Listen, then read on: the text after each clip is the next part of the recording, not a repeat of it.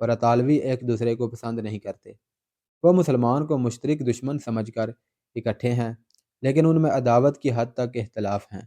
ان کا شاہ اگزسٹ دوگلا بادشاہ ہے، باقی بھی ایسے ہی ہیں، مگر انہوں نے مسلمان امراء کو عورت کے حسن اور زر و جواہرات کی چمک دمک سے اندھا کر رکھا ہے۔ اگر مسلمان امراء متحد ہو جائیں تو صلیبی چند دنوں میں بکھر جائیں گے۔ اب فاطمی خلافت کو ختم کر کے میں نے اپنے دشمنوں میں اضافہ کر لیا ہے۔ فاطمی اپنی گدی کی بحالی کے لیے سوڈانیوں اور صلیبیوں کے ساتھ ساز باز کر رہے ہیں۔ ان کے شاعر کو کل سزائے موت دے دی گئی ہے، علی بن سفیان نے کہا، جس کا مجھے بہت افسوس ہے۔ سلطان ایوبی نے کہا، امارت الامینی کی شاعری نے میرے دل پر بھی گہرا اثر کیا تھا، مگر اس نے الفاظ اور ترنم کو چنگاریاں بنا کر اسلام کے خرمن کو جلانے کی کوشش کی ہے۔ امارت الامینی اس دور کا مشہور شاعر تھا۔ اس دور میں اور اس سے پہلے بھی لوگ شاعروں کو پیروں اور پیغمبروں جتنا درجہ دیتے تھے۔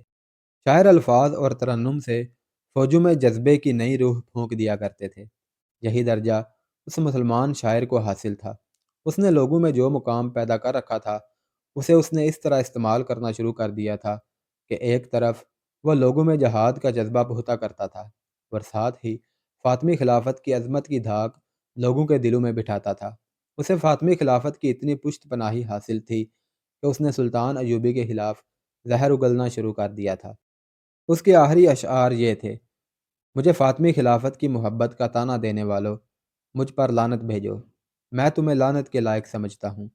فاطمی محلات کی ویرانی پر آنسو بہاؤ، ان میں رہنے والوں کو میرا پیغام دو کہ میں نے تمہارے لیے جو زخم کھائے ہیں وہ کبھی مندمل نہ ہوں گے۔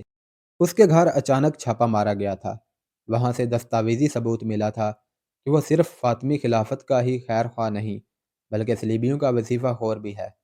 صلیبی اسے اس مقصد کے لیے وظیفہ دیتے تھے کہ وہ مصریوں کے دلوں پر فاطمی خلافت کو غالب کرے اور سلطان ایوبی کے خلاف نفرت پیدا کرتا رہے۔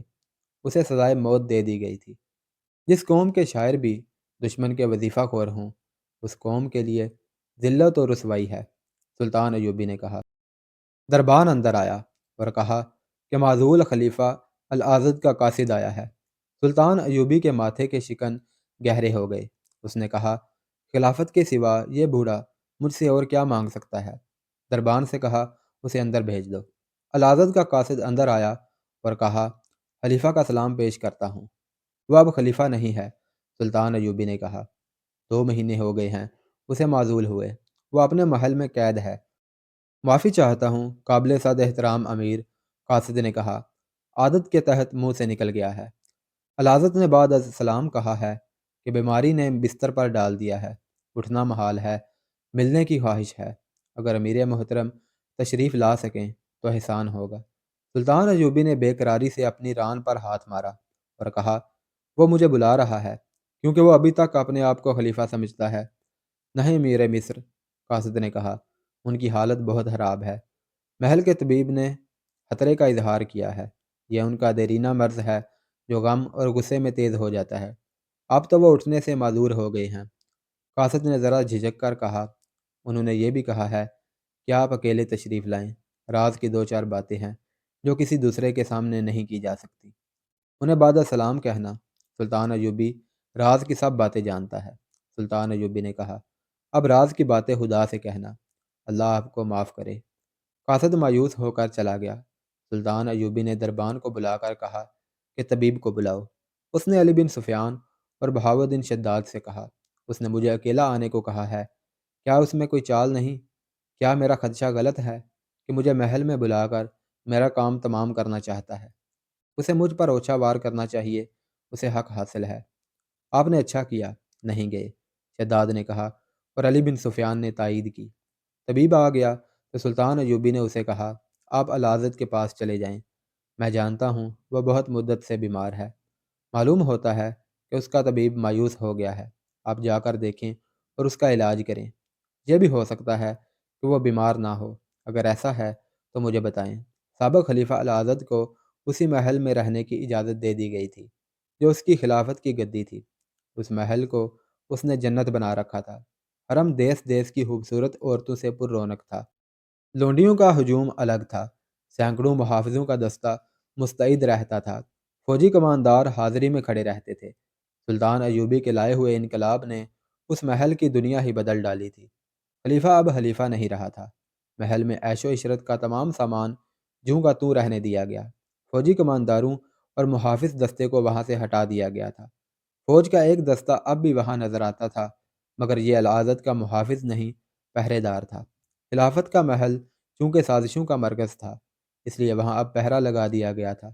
العادت اب اپنے محل میں قید تھا۔ وہ بوڑھا تھا اور دل کے مرض کا مریض تھا۔ خلافت چھن جانے کا غم، بڑھاپا، شراب اور عیش و عشرت نے اسے بستر پر ڈال دیا تھا۔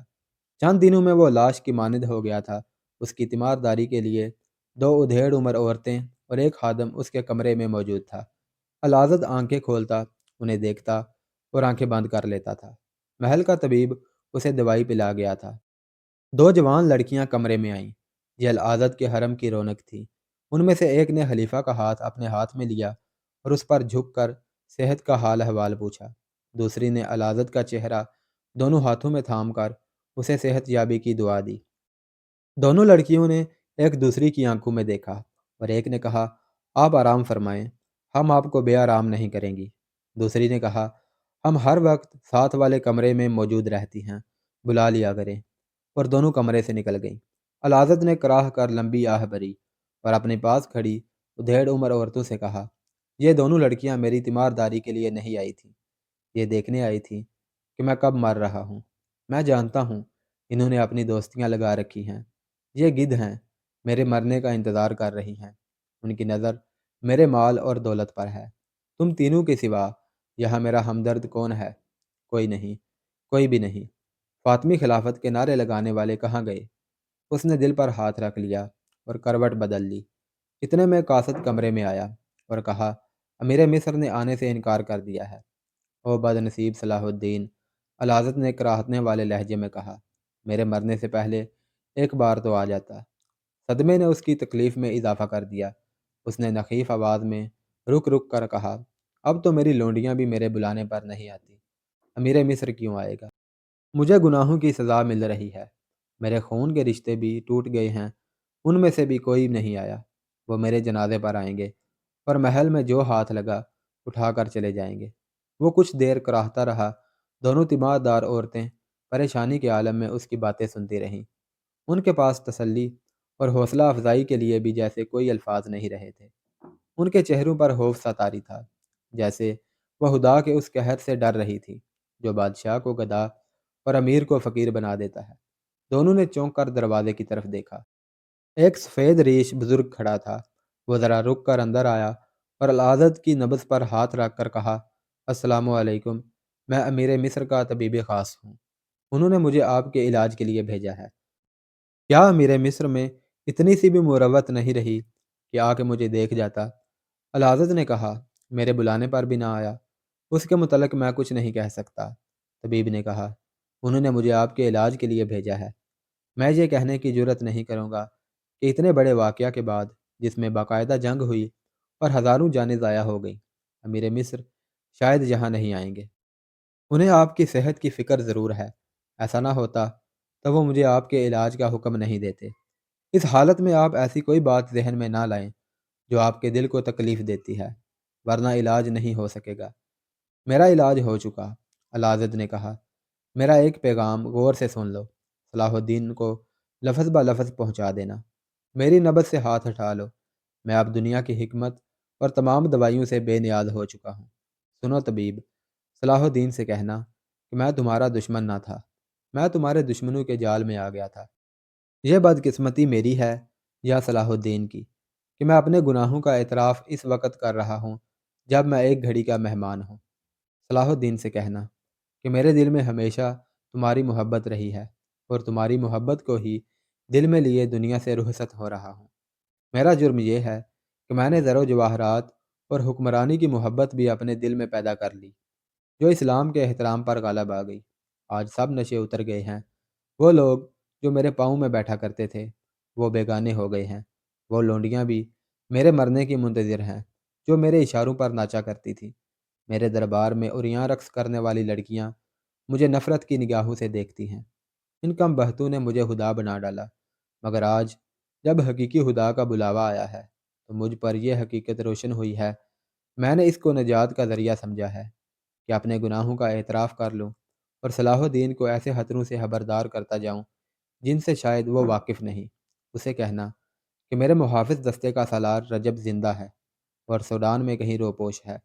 وہ مجھے بتا کر گیا تھا کہ فاطمی خلافت کی بحالی کے لیے سوڈانیوں اور قابل اعتماد مصریوں کی فوج تیار کرے گا اور وہ صلیبیوں سے جنگی اور مالی امداد لے گا۔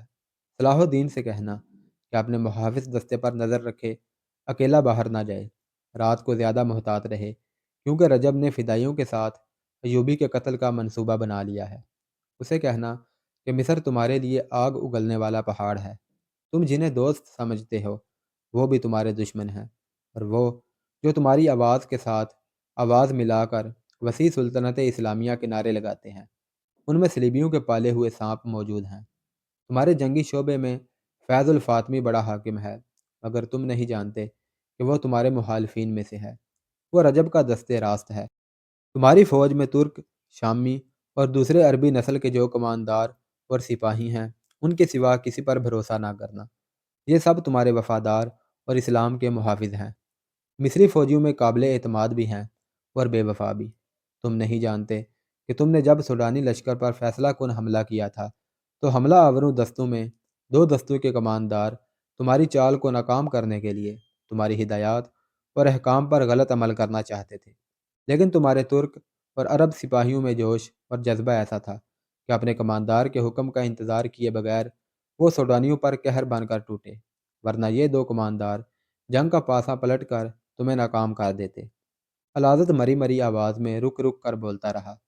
طبیب نے اسے ایک دو مرتبہ بولنے سے روکا تو اس نے ہاتھ کے اشارے سے اسے چپ کرا دیا۔ اس کے چہرے پر پسینہ اس طرح آ گیا تھا جیسے کسی نے پانی چھڑک دیا ہو۔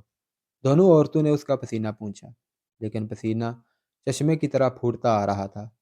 اس نے چند ایک اور انتظامیہ اور فوج کے حکام کے نام بتائے جو سلطان ایوبی کے خلاف سازشوں میں مصروف تھے۔ ان میں سے زیادہ خطرناک فدائی تھے جن کا پیشہ پر اسرار قتل تھا۔ وہ اس فن کے ماہر تھے۔ الازد نے مصر میں صلیبیوں کے اثر و رسوخ کی بھی تفصیل سنائی اور کہا انہیں مسلمان نہ سمجھنا، یہ ایمان فروخت کر چکے ہیں۔ صلاح الدین سے کہنا اللہ تمہیں کامیاب کرے اور سرخ رو کرے، لیکن یہ یاد رکھنا کہ ایک تو وہ لوگ ہیں جو چوری چھپے تمہیں دھوکہ دے رہے ہیں، اور دوسرے وہ لوگ ہیں جو خوشامد سے تمہیں خدا کے بعد کا درجہ دے دیں گے۔ یہ ان لوگوں سے زیادہ خطرناک ہیں جو چوری چھپے دھوکہ دیتے ہیں۔ اس سے کہنا کہ دشمنوں کو زیر کر کے جب تم اطمینان سے حکومت کی گدی پر بیٹھو گے تو میری طرح دونوں جہاں کے بادشاہ نہ بن جانا۔ سدا بادشاہی اللہ کی ہے۔ اسی مصر میں فرعونوں کے کھنڈر دیکھ لو، میرا انجام دیکھ لو، اپنے آپ کو اس انجام سے بچانا۔ اس کی زبان لڑکھنانے لگی۔ اس کے چہرے پر جہاں قرب کا تاثر تھا وہاں سکون سا بھی نظر آنے لگا۔